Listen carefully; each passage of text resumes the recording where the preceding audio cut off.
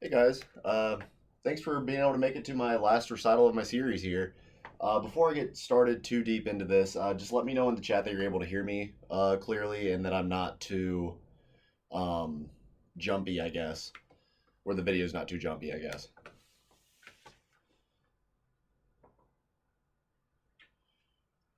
I do understand that there's going to be some lag in between me speaking and the chat itself, but yeah, let me just explain a little bit about this particular recital if there's anybody that's watching that potentially didn't vote or didn't see the event page or something like that. So the final recital here of this series is intended to be a audience choice recital. So what happened is I posted all the pieces that were performed on both the first and second recitals, as well as some pieces that have not been heard on either, on a Google survey document. And from there, I had everyone that wanted to, I guess, go to that survey and voted for what they wanted to hear in this particular recital. So I went through and I picked the 5 highest voted pieces and I programmed them myself in a way that I thought made the most sense. Perfect. I appreciate that. But yeah, so that's what this recital is. It's what you guys have voted for. So kind of like the last recital on this series, this one's also going to be very informal as far as like how it's structured. I highly encourage people to ask questions, make statements, anything like that in the chat. I highly appreciate it. I'll try to be as interactive as I possibly can be. The biggest difference between this one and the last one, though, is there will not be an intermission or formal Q&A. I'll be answering almost all of the questions through the chat or between the pieces. So without further ado, we're 2 minutes over, so I think that's a good amount of time to let people come on in. We're going to move on to the first piece here, which is the first movement of Stravinsky's Octet. This is a really cool thing that I can debut for you guys because we did this last semester in wind ensemble as part of a graduate / faculty chamber ensemble project, where we worked on this pretty much all semester and we recorded it, and it has not been debuted yet. So this is actually the official debut of our performance of this piece. And it's also Stravinsky's debut into neoclassicism. So that's a neat little fun fact. But yeah, I'll just go ahead and get on to the first piece without further ado. We have Stravinsky's Octet, Movement 1.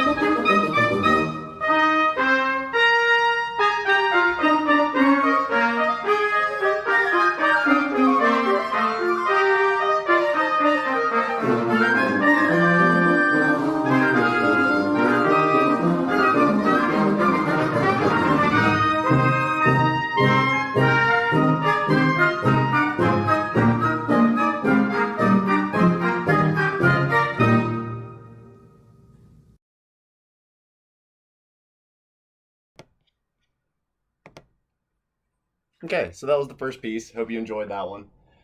So yeah, I'll go over the rankings of the pieces. That's actually super interesting, and I was actually very pleased with how the spread, I guess, of it was. So yeah, the highest voted for piece was the next one we're going to be listening to, on Dante and Capriccio by Alan Vizzuti, and the highest voted piece only had 58.3% of the votes. So the highest voted one barely had over half. So I thought that was awesome. So that was the one in the lead. And then there were, let's see here, both Quiet City as well as the Bernstein had exactly 50% of the votes. And then we actually, let's see here. It's actually kind of hard to read on the way that Google Survey does this. It's all bunched up next to each other. So I'm trying my best to read through this. Uh, Sorry. So I'll just repeat myself since I kind of stumbled there. Vizzuti had the most with 58%. And then we had Quiet City, Octet, and the Bernstein all tying with 50% of the votes. So, top four was already there. And then we had All Through the Night with 41.7. When you say that one, I'm assuming you mean the Vizzuti, the highest voted one. That one had 7 votes on it. So, you know, not too bad. I really wanted the votes to come from people who were intending on watching the recital and not just getting as many votes as possible. So I like the amount of votes that I got. There were 12 total coming in. We currently have 10 people viewing, so that's pretty spot on.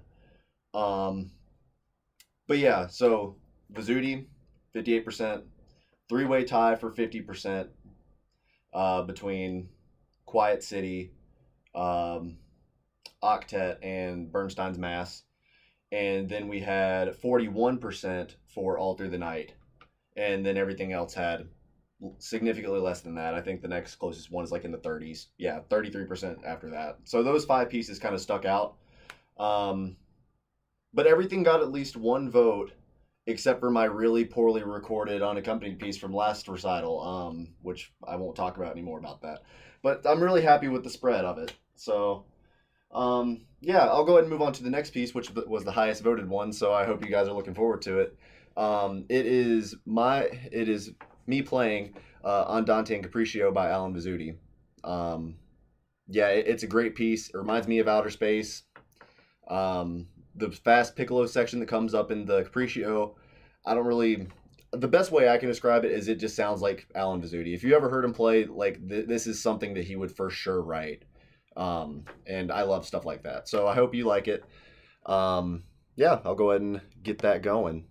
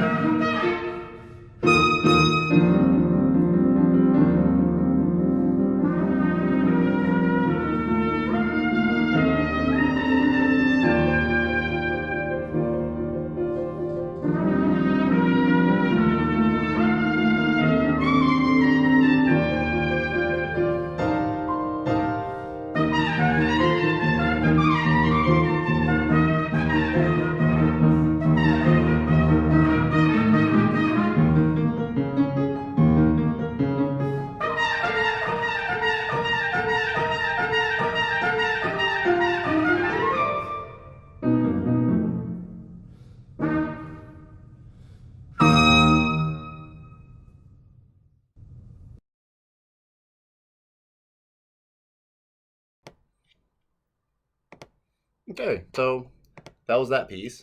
And I just clicked off of everything here, so just give me a second. Okay, cool. Yeah, so that was on Dante Capriccio.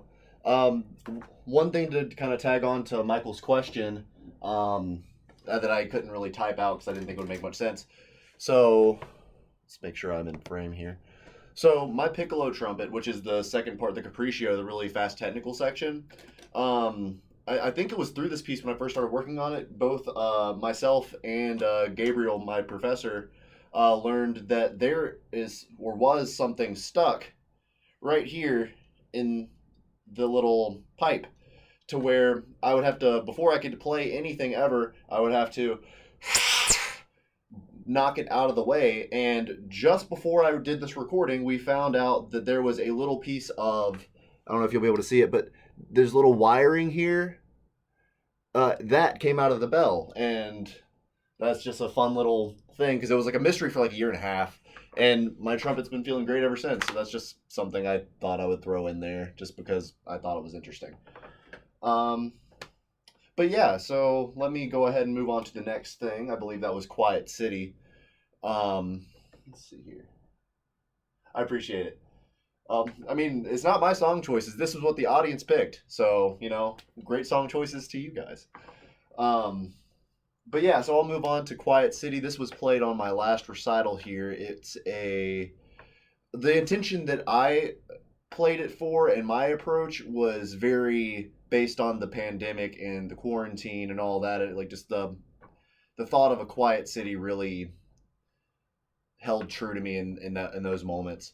Originally, it was written for a play about two brothers that were very different that were living in a city and just all that. But I wasn't really thinking much about that when I was performing it. Um, I was lucky enough to be able to perform this with the East Carolina Orchestra, and the English horn soloist, his name is Peter Moore. He's also a fantastic musician. So yeah, I won't hold that up any longer. This is Quiet City.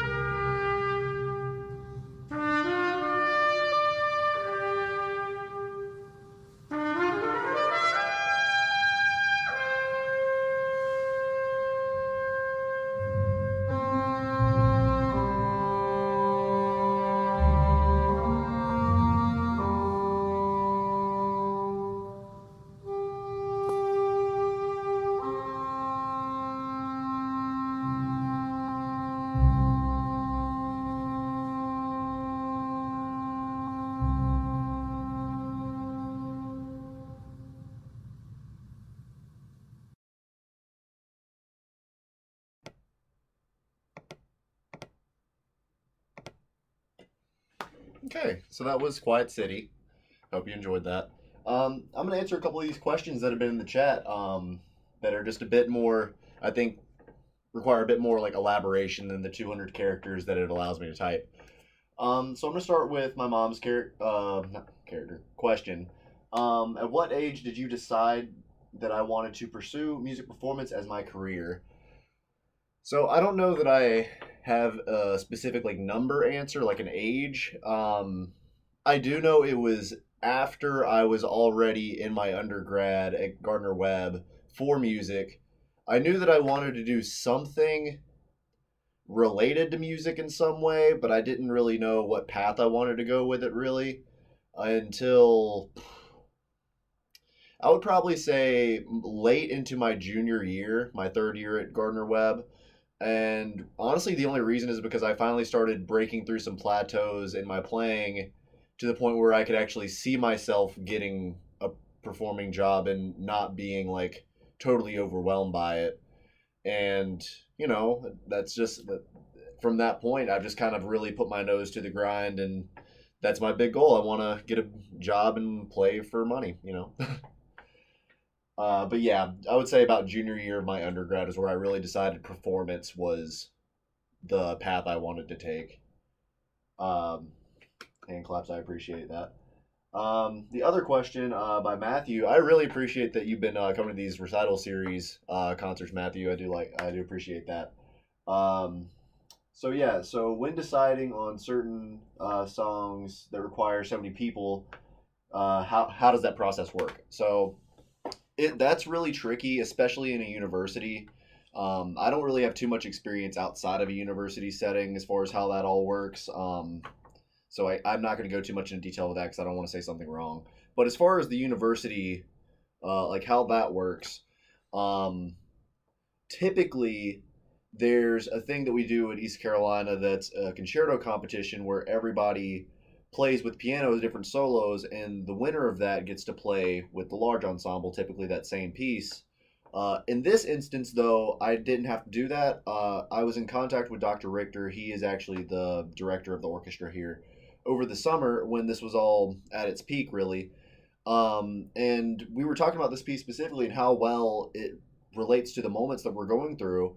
And just kind of talking to him, we just kind of come to an agreement that it would be the perfect piece to open up our semester with.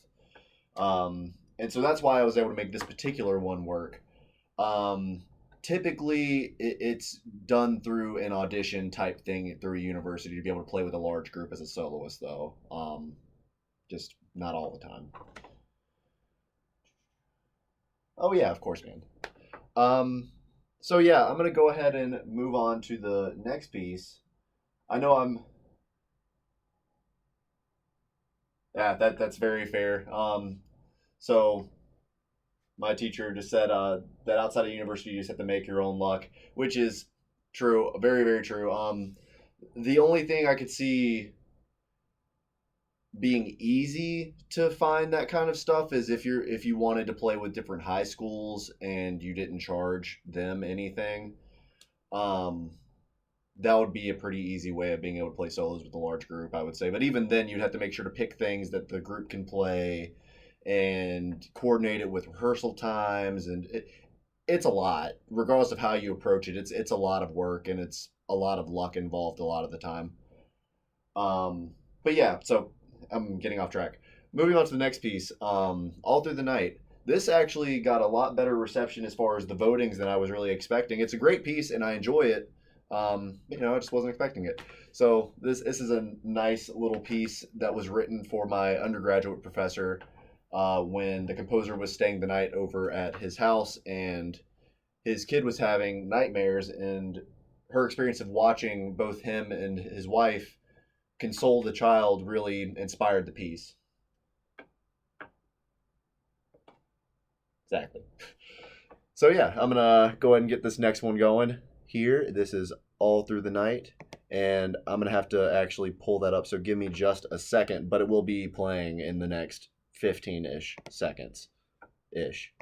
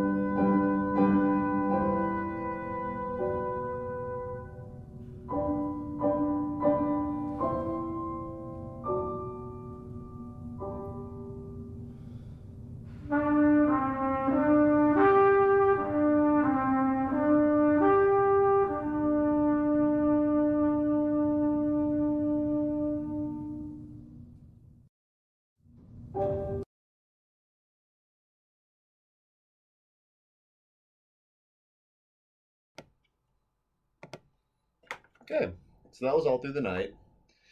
I'm actually really, really excited. Yeah, that's very sweet. Thanks, Mom.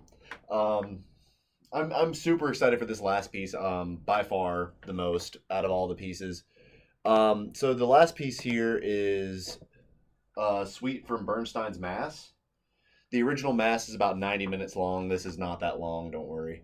It was originally written when the JFK Center in DC was opened. It was premiered there, and Canadian Brass and I believe it was Eastman Wind Ensemble had this suite commission for them where it's different movements, and it's where it is soloed by brass quintet, um, primarily playing a lot of the vocal lines from the original Mass, and then wind ensemble as the accompaniment. Um, I can genuinely say that this is probably my most proud performance, um, probably ever, honestly. Um, I was super bummed out initially when we first did this work. When it was premiered, there were a lot of tech issues, unfortunately. The Ethernet cable actually got unplugged from the wall about a minute before the piece started. And so on the YouTube video initially, the first 2 minutes were missing, and then the rest of it was just low quality because it was like an emergency boot up for the performance. So I didn't think there was any good recordings of this piece at all. I thought the only people that were ever going to hear were the people in the hall that night, you know. But luckily, I was speaking to the head of the audio department here, and we worked together a lot, like searching through the archives, and we managed to find a really nice, high quality recording of the full piece. And until I got my hands on this, like literally 2 days ago, I don't think there was any high quality like version of this put out anywhere. So I'm extremely thankful and happy to be able to show this last piece to you. Um, it's about 15 minutes long, so just buckle up. But I'm a huge fan of it, and I'm so excited to be able to show it to you guys. So this is Suite for Mass by Leonard Bernstein, arranged by Sweeney.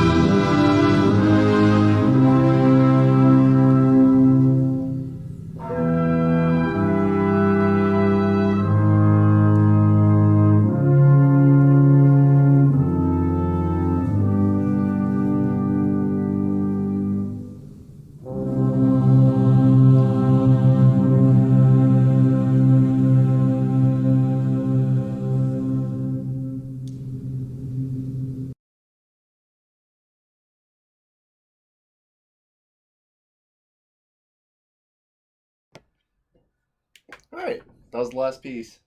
That was Sweet from Mass by Leonard Bernstein. Again, if you didn't catch that at the beginning.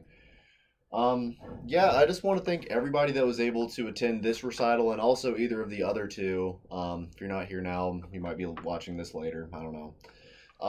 But yeah, I just want to say thanks to everyone. One thing I want to mention, I will be posting another Google survey on the Facebook event page either tonight or tomorrow. I haven't made it yet, so we'll see. Mainly just asking very simple questions like which recitals did you attend, what did you like about it, what didn't you like, which like what your preferences were, and all that kind of stuff. Totally not mandatory, obviously, but it would really help out my project, and I would really appreciate it. Also, feel free to answer what you want to, and don't answer what you don't want to. You know, it's totally fine. Um, but yeah, I just wanted to throw that out there just so some of y'all might be like looking for it. Um, yeah, thanks everybody. I really appreciate it. Clap, clap. Um, but yeah, I'll just kind of talk for another minute just to see if there's any more questions that I can answer for you guys. But that's pretty much it for the whole recital series. I hope you guys enjoyed the whole thing. Um, yeah, it took a lot of work over the past couple of semesters to bring it all together, but I'm really happy with the product that came out, even though there were a few technical difficulties in the middle there, and we had to expand the recital series a bit more than I would have liked. Overall, I'd say it was a pretty good success, and I'll have more of that information, you know, as I get the surveys coming back in and I actually get some feedback. Uh, Feel totally free to be like brutally honest on those. You won't upset me. It'll be better for my paper if it's not all just, you know, great comments like good job, all that kind of stuff. The critical stuff is just as important, if not more important, and I would really appreciate some of that kind of feedback as well. Um, but yeah, I could turn a cartwheel, I would. Now you probably can, just don't try it by yourself. But yeah, okay. If there's not anything else, I'm gonna go ahead and conclude the recital series here. Again, thanks everyone that was able to listen to any of it.